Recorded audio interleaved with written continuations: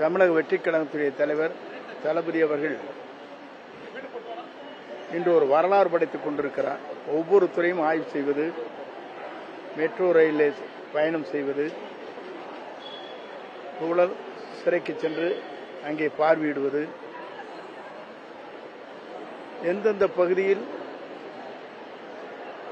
North monsoon வருகிறதோ அதையெல்லாம் பார்வையிடுவது, அதே சென்னைக்கு கடநீர் குடிநீராக்குகின்ற இடத்தை பார்வையிடுவது, இதுபோன்ற பல்வேறு பணிகளை வரலாற்றில் இல்லாத அளவிற்கு அவர் சென்று நேரடியாக பார்த்து தெரிந்து அந்த பணிகளை மேற்கொண்டு வருகிறார்கள். அவருடைய உள்ளத்தில் இருப்பது ஒன்றே ஒன்றுதான், தமிழ்நாட்டு மக்களை சிறந்த ஆட்சியை தந்து தமிழகம் மேலும் இந்தியாவிற்கே வழிகாட்டியாக உருவாக வேண்டும் என்பதுதான் நம்முடைய நோக்கம். இன்று நேபாளில் நடைபெற்றிருக்கிற நிகழ்ச்சி எல்லோருடைய உள்ளங்கள் மட்டுமல்ல உலகத்தை குலுக்கி இருக்கிறது.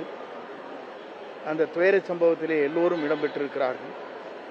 நம்முடைய தமிழக வெற்றிக் கழகத்துடைய தலைவர் தளபதி அவர்கள் இதற்காகவே முன்னெச்சரிக்கை நடவடிக்கையின் மூலமாக ஒவ்வொரு நிமிடங்களும் என்ன நடைபெற்றுக் கொண்டிருக்கிறது என்ற செய்தியை சேகரித்துக் கொண்டிருக்கிறார்கள்.